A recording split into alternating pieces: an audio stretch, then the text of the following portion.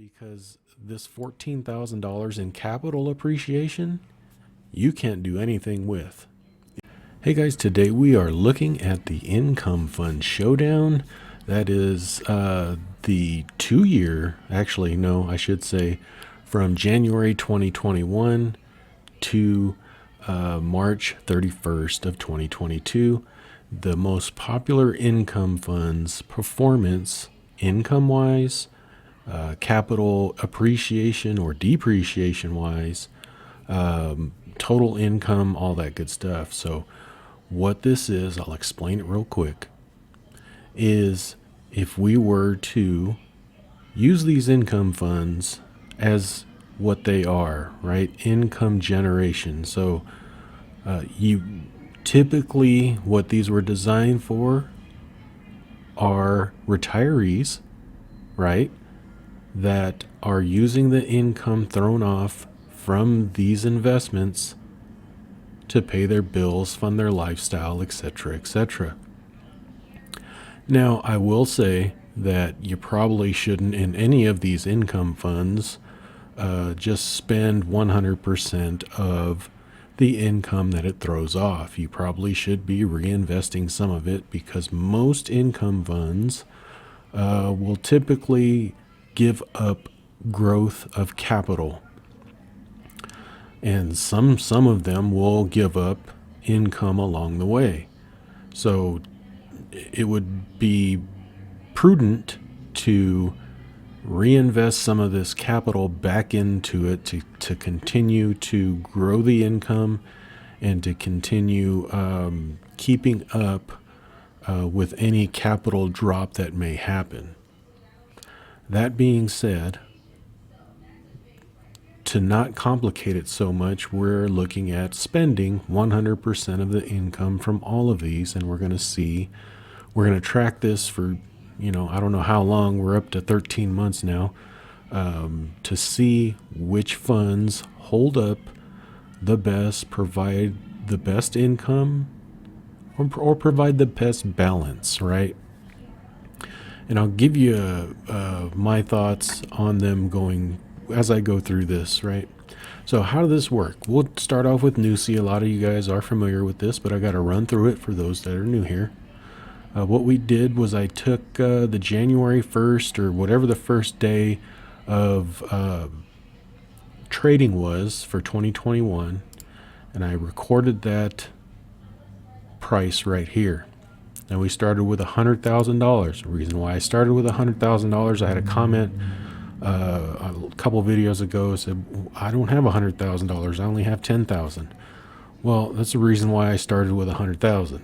Okay, you can divide this by 10 if you only have 10,000, and then if you had 20, you just times that $10,000 figure by 2.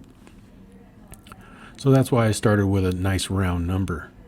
So we got $100,000, and we divided that by whatever that starting price was in the first trading day of January 2021, and that got us 3,635 shares of NUSI. Closing price of March 31st, 2022 is $24.55. So what that represents is a capital loss of $10,759.72. That's an unrealized loss, though. So we're down 10.76%. So your ending capital, I didn't change this. I had this mess up last time.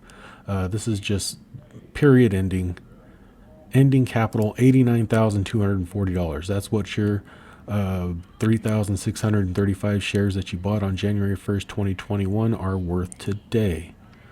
Now, income received, that's how much income you receive from the beginning of your investment. So March, we got a dividend payment of 16 cents for NUSI, gave you $581.61 to pay your bills.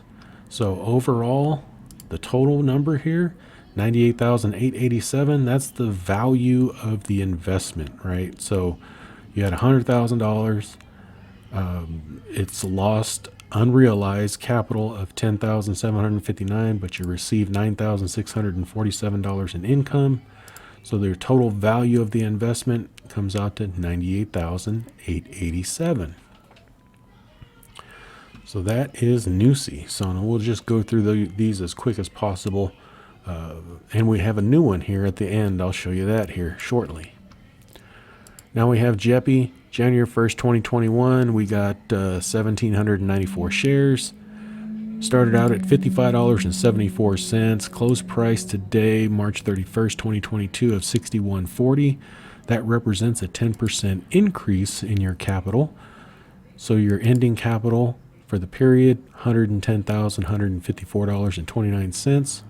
Did receive a pretty large 46.2-cent dividend in March for $828.85. So that represents total income received from the start of $9,953.36.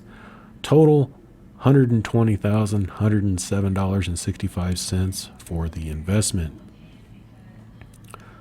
Next up, we have XYLD. XYLD started out January 2021, 46.40, ended yesterday, or I should stop saying yesterday, shouldn't I? Ended March 31st, 2022 at 49.52, representing 6.72% increase in your capital. So your ending capital period end is 106,724. You received a 50.1-cent dividend for March for $1,079.74 of income to use to go pay your bills. So income received total period $13,907.33. Total investment value $120,631. Next up, RYLD. Now RYLD started out January 2021 at 22.76, ended March 31st, 2022 at 23.81, represents a 4.6% increase in your capital for ending capital of $104,613. Received a 24-cent dividend for the month of March for a total of $1,054.48 of income that you can spend on your bills. So total period income $17,302.28. Total value of the investment $121,915. Next up, we have DIVO. DIVO started January 1st, 2021 at 32.81. Closed March 31st, 2022 at 37.45 for a 14.414% increase. So your ending capital is $114,142. You received a 15-cent dividend for the month of March for $460. Total period income is $6,912 for a total value of your investment of $121,054. Next up, QYLD. Started January 1st, 2021 at $22.85, ended March 31st, 2022 at $20.97, representing an 8.23% decrease in your capital. Ending capital is $91,772. You received a 21-cent dividend for the month of March for $919.04 to pay your bills. So your total income received for the period, $16,170. Total value of the investment, $107,943. Next up, SLVO. Some people ask me, why do I have SLVO in it? And it was only because of a spoof, really. Someone kept pounding the table on it for me to buy SLVO and forget about all these other ones. And so I just thought I'd throw it in here. So it started January 1st, 2021 at $6.69. Ended March 31st, 2022 at $5.21 for a 22% decrease in your capital. So now your ending capital is $77,877. For the month of March, you received a 6.2% dividend for a total of $926.76. So income received, though, this is the big winner of them all as far as income is concerned.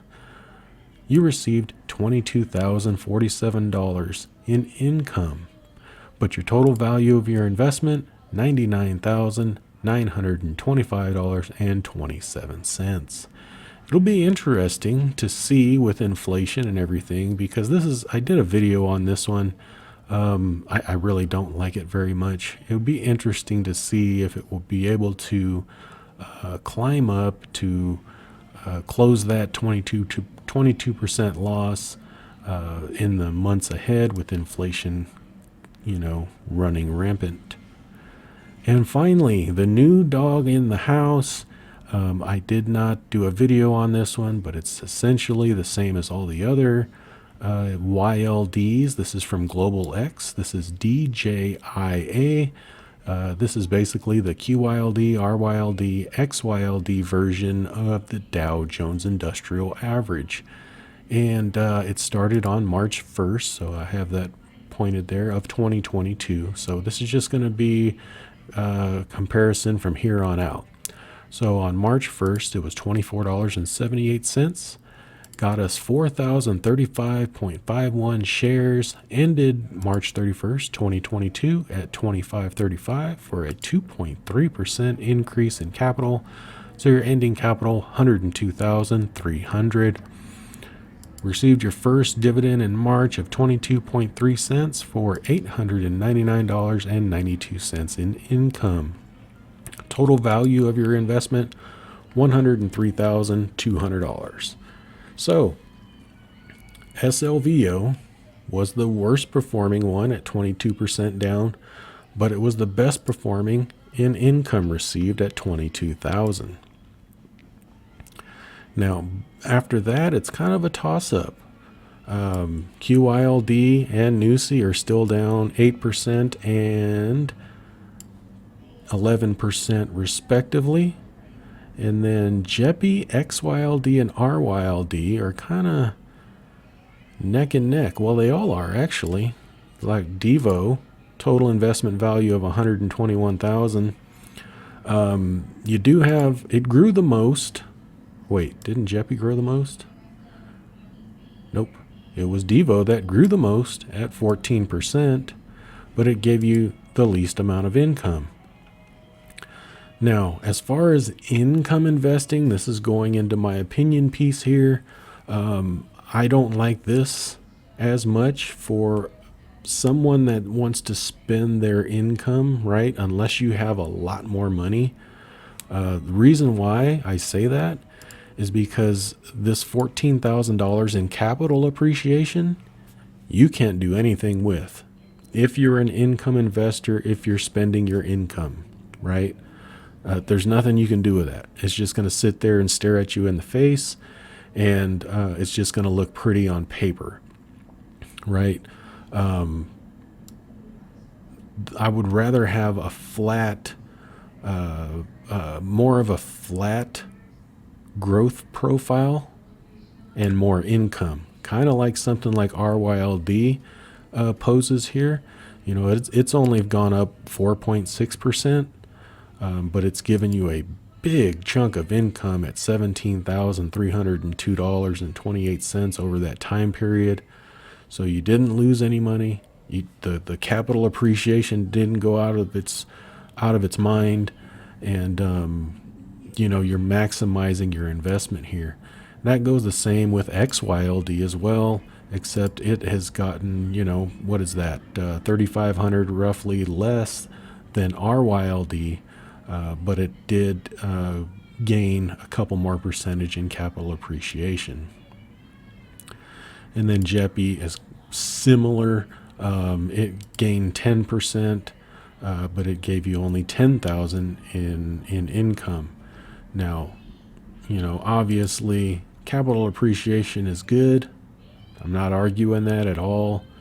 It's just if you are in income spending mode, this unrealized capital gain does absolutely nothing for you.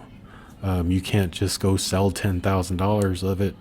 I mean, I guess you could, but then you'll be reducing your income. So that's just my opinion, my spiel, and whatever that's worth. Probably worth nothing. So that's it. That's the income fund showdown for the month of March. RYLD just shining. To me, it's just shining.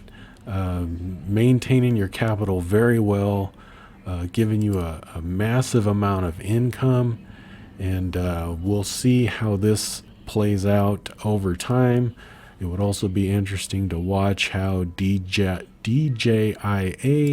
performs for the rest of the year, and if SLVO closes that 22% gap. So anyway, hope you guys enjoyed. Next week I'll probably, or I'm not sure when it'll come out, I'll be having the Nationwide versus Global X, which is the collared income ETF comparison video coming out soon. Hope you guys enjoy this. If you do, leave me a comment down below. Use some of the links down below. That'd be great. You guys have a great weekend. I'll see you tomorrow night on the live stream if you care to join.